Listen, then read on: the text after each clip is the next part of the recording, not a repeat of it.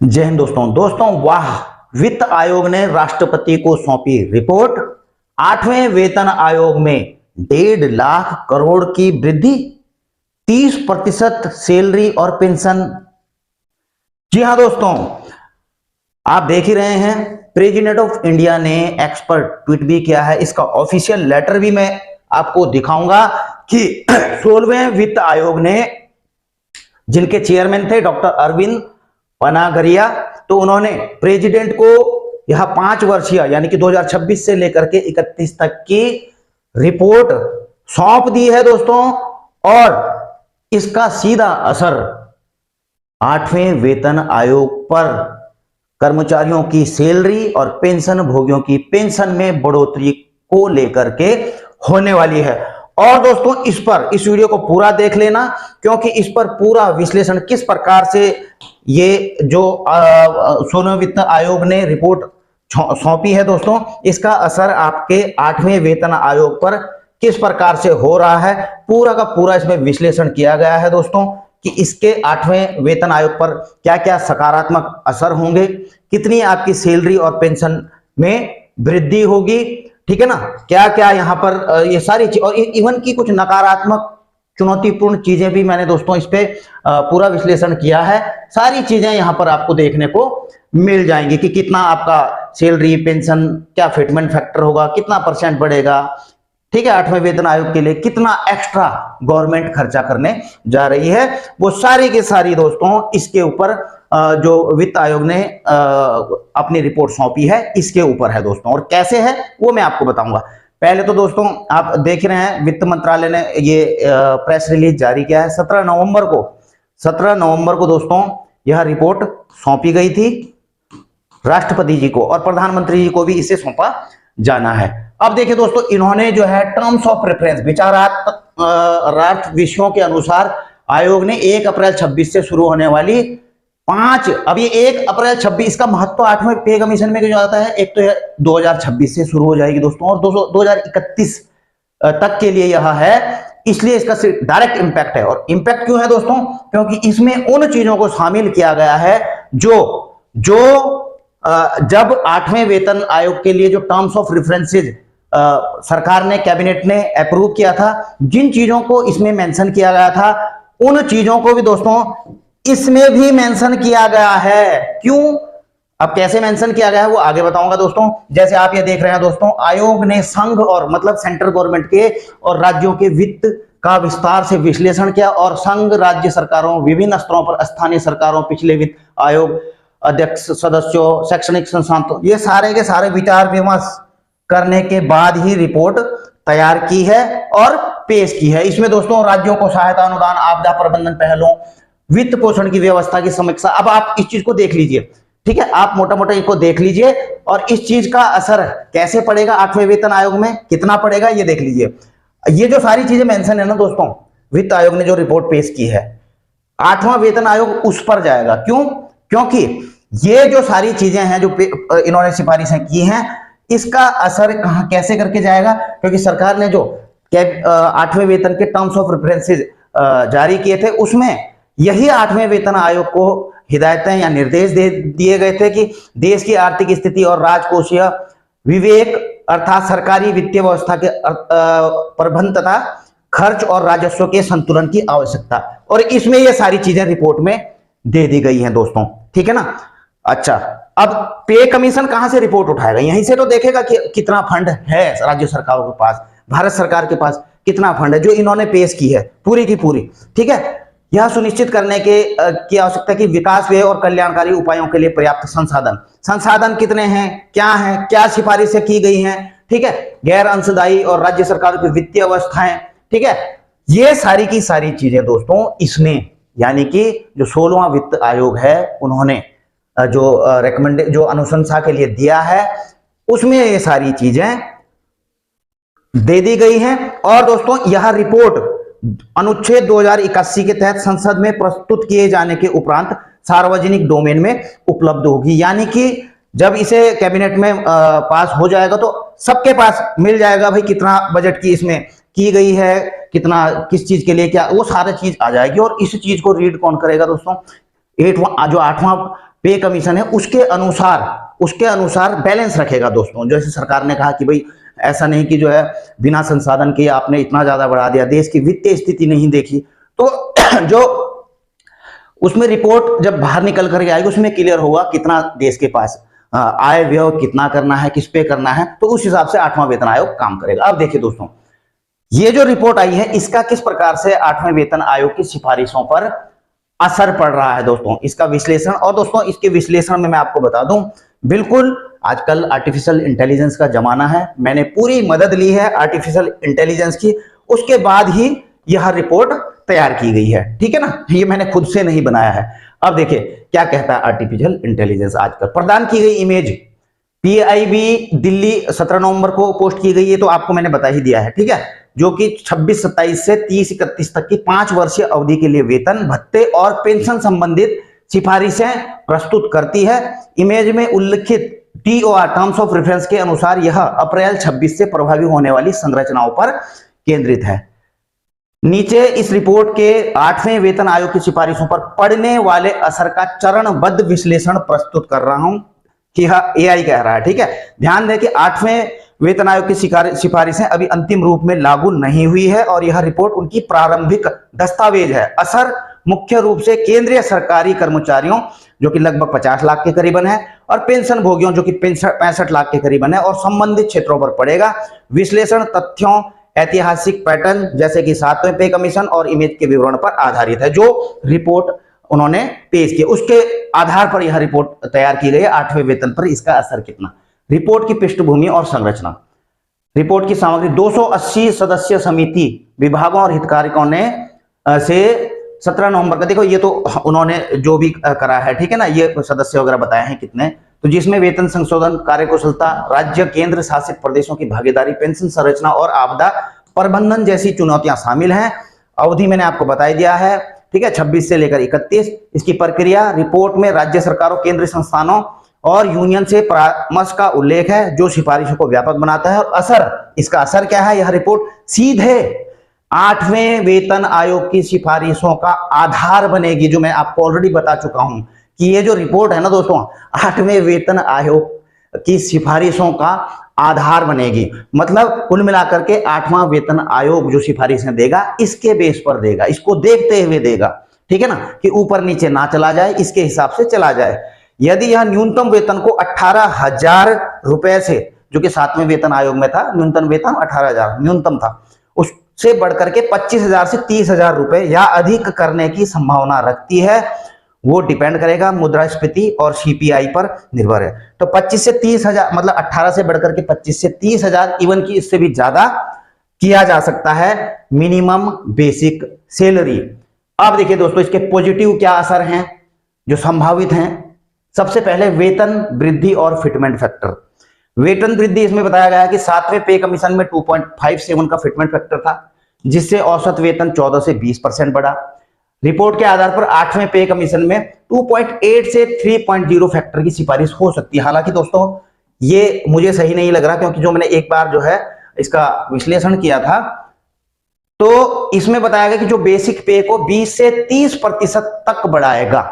तो पे को तो ये बिल्कुल सही जा रहे हैं, ज्यादातर रिपोर्ट में यही कहा जा रहा है दोस्तों कि 20 से 30% तक आपकी सैलरी हाइक करेगी, ठीक है।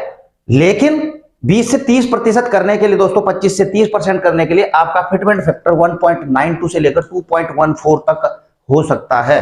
तो ये 2.8 वाला तो दोस्तों भूल जाइए, लेकिन 20 से 30% जो बढ़ रही है ना, वो जरूर मुझे लगता है कि बढ़ेगी ही बढ़ेगी, 30% के आसपास। इसका असर कर्मचारियों की तनख्वाह में तत्काल वृद्धि, खासकर लोअर ग्रेड जैसे ग्रुप सी और डी पर पड़ेगा, ठीक है।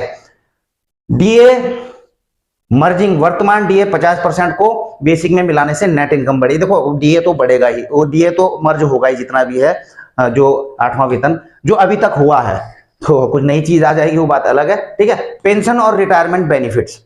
अब पेंशनर्स और रिटायरमेंट का क्या बेनिफिट है। पेंशन भोगियों के लिए ओपीएस ओल्ड पेंशन स्कीम की बहाली या एनपीएस में सुधार की मांग। आपने देखा होगा आजकल लगातार मांग की जा रही है कि भाई एनपीएस की जगह जो है ओपीएस को लाया जाए, ठीक है।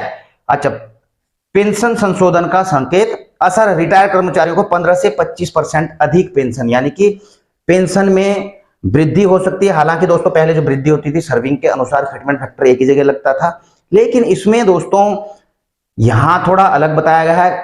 कितना 20 से 30%, और जबकि यहां पर पेंशनर्स का दिखाया है इन्होंने 15 से 25%। तो हो सकता है दोस्तों जो अनफंडेड नॉन कंट्रीब्यूटरी का इस्तेमाल किया गया है, हो सकता है इसका असर यहां पर देखने को मिले। तो कुल मिलाकर के 65 लाख पेंशनर्स इससे लाभान्वित होंगे। तो ऐसा नहीं है कि पेंशनर्स को इसका फायदा नहीं होगा। अलाउंसेज में दोस्तों 24 से लेकर 27% तक की वृद्धि की यहां पर बात की गई है, ठीक है ना। HRA वगैरह सारी चीजें आप देख रहे हैं, ये बढ़ने की यहां पर बात की गई है। अब देखिए अगला, कार्यकुशलता और इमेज में उपलब्धि और सफलता पर जोर, जो प्रमोशन ट्रेनिंग और स्वास्थ्य योजना को मजबूत करेगा। असर, कर्मचारी संतुष्टि बढ़ेगी, टर्नओवर घटेगा। देखिए ठीक है ना। तो ये चीजें तो हैं। आर्थिक प्रभाव, इसके आर्थिक प्रभाव क्या, कुल मिलाकर 8वें पे कमीशन से सरकारी खर्चे में 1 से 1.5 लाख करोड़ की वृद्धि पर एनम, यानी कि 8वां वेतन आयोग लागू होगा तो जिस प्रकार से 7वें वेतन आयोग में जब भाई लगेगा, तो जब सैलरीज बढ़ाई जाएंगी, पेंशन बढ़ाए जाएंगे, तो उसका जो है पड़ेगा सरकार के ऊपर बोझ। तो यह 1 से 1.5 लाख करोड़ तक पड़ सकता है, ठीक है, ज्यादा भी हो सकता है, जो अर्थव्यवस्था को बूस्ट देगी। देखिए इसमें दो चीजें, उपभोग बढ़ेगा। इस चीज को समझने वाली बात है दोस्तों। अगर सरकार 8वें वेतन आयोग में आपकी जितनी भी सैलरी बढ़ाती है, 30 बढ़ाती है, 40% बढ़ाती है, कितना भी बढ़ाती है, तो आप ये मत सोचना कि सरकार पर बोझ तो पड़ेगा दोस्तों, लेकिन देश की अर्थव्यवस्था ऊपर जाएगी दोस्तों, नीचे नहीं जाएगा। इस चीज को ऐसे समझिए दोस्तों, ठीक है ना। सरकारी कर्मचारियों और पेंशन भोगियों की सैलरी और पेंशन बढ़ाई, उनकी जेब में ज्यादा पैसा आया, ज्यादा पैसा आया 8वें वेतन आयोग से, पे पेंशन आई, ज्यादा बढ़ा। तो भैया जिसके पास पैसा होगा तो इन्वेस्टमेंट करेगा ना, उतना ज्यादा इन्वेस्टमेंट करेगा, खरीदारियां करेगा। इन्वेस्टमेंट हो सकता है शेयर मार्केट में करे, म्यूचुअल फंड में करे, या फिर बैंक में कुछ FD बनाए, RD बनाए, कुछ भी बनाए। और इसके अलावा बाइंग पावर, जब उनकी परचेजिंग पावर बढ़ेगी तो कहीं कोई गाड़ी लेगा, कहीं कोई जो है नई गाड़ी लेगा, है ना, और कई चीजें जो घर की और चीजें हैं, कोई मकान बनाएगा, कुछ करेगा, जमीनें लेगा, जो भी करेगा, लेकिन उनकी बाइंग पावर बढ़ेगी तो ज्यादा परचेजिंग करेगी। आपने देखा होगा पैसा बढ़ता है तो कुछ ना कुछ खरीद ही लेता है आदमी, ठीक है ना, कि अब ये मोबाइल ले लो, ये महंगा वाला, आपके पास पहले मेरे पास 5,000 का था, अब 10 का ले लो, अब 20 का ले लो, 1 लाख का, अब आईफोन ले लो, ये ले लो, ठीक है। तो बाइंग बढ़ेगी दोस्तों, इन्वेस्टमेंट बढ़ेगा जब पैसा जेब में होगा। और अगर ये चीजें बढ़ती हैं दोस्तों तो इससे देश की इकोनॉमी भी बढ़ेगी।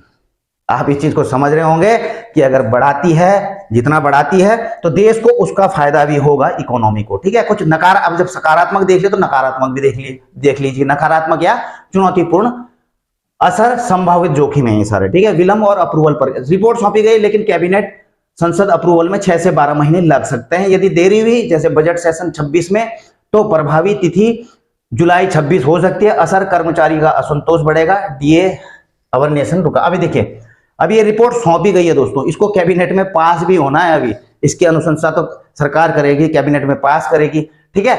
अब इसमें हो सकता है 6 महीने 12 महीने भी लग जाए। अब इससे ये कह रहे हैं कि इसका असर अगर लेट होती है तो इससे कर्मचारियों में असंतोष बढ़ेगा। कैसे बढ़ेगा दोस्तों, जैसे कि आपने देखा होगा OROP में, या अभी 8वें वेतन आयोग की ही बात कर लीजिए, जनवरी तक जो है लगातार गवर्नमेंट, जनवरी में अनाउंसमेंट किया था गवर्नमेंट ने कि हम 8वां वेतन आयोग गठित करेंगे, ठीक है ना।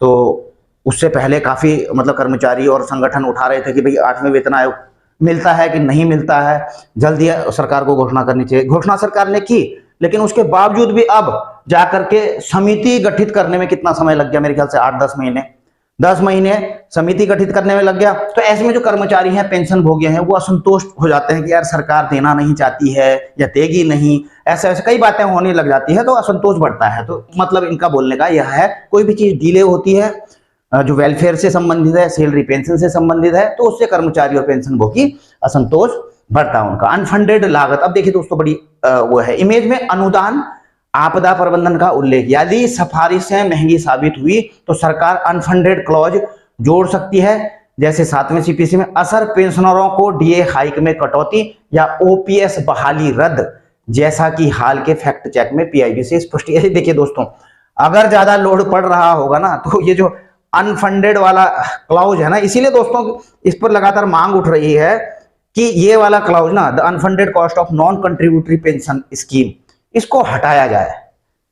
संगठनों ने मांग की है, ठीक है, इसको हटाया जाए। क्यों? क्योंकि अगर ज्यादा लोड पड़ेगा तो गवर्नमेंट कहीं ऐसा ना हो कि यहां पर जो है मतलब ये क्लियर नहीं है कि इसका असर यहां पर देखने को मिले आपको, ठीक है, तो ऐसा भी हो सकता है।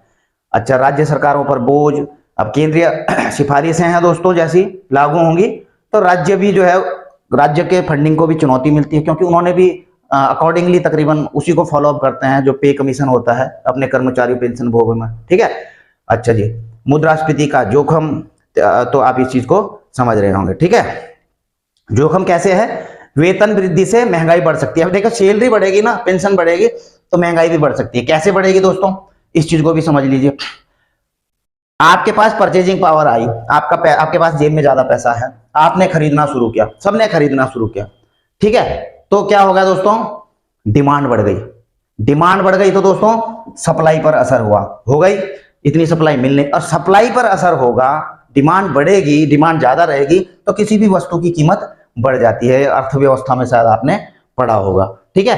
तो ऐसा नहीं है कि वो केवल आप बोलेंगे यार रेट, सैलरी, ये सब चीज हाई हो जाए लेकिन जो है ये कम हो जाए महंगाई, ऐसा नहीं हो पाएगा, ठीक है। अच्छा जी, अब मुख्य असर यहाँ पर बताया गया, बेसिक वेतन है 20 से 30% की वृद्धि, डीए में जो मार्जिनल रिवीजन, ये सारे आप देख रहे होंगे दोस्तों, ठीक है। पेंशन में, ओपीएस एनपीएस में सुधार, 15 से 25% बढ़ोतरी, कार्यकुशलता प्रमोशन में सुधार, आर्थिक बोझ 1 से 1.5 लाख करोड़ अतिरिक्त खर्च, अतिरिक्त खर्च है, ठीक है ना, मतलब एक्स्ट्रा इतना और बर्डन सरकार के ऊपर आ सकता है, ठीक है। अब देखिए दोस्तों, जो वो जारी किया, इसके बाद अभी क्या प्रक्रिया क्या बची हुई है, जो रिपोर्ट पेश की है 16वें वित्त आयोग ने, तो उसके बाद भी अभी कैबिनेट नोटिस जारी होगा दोस्तों, दिसंबर 25 तक यह हो सकता है संभावित। स्टेक होल्डर से कंसल्टेशन किया जाएगा, यूनियन की मीटिंग होगी सरकार की, इनके साथ में जो स्टेक होल्डर्स हैं, संसदीय बहस होगी, संसद में इसको रखा जाएगा, वहां पर बहस होगी, और इसे 1 अप्रैल 26 से जब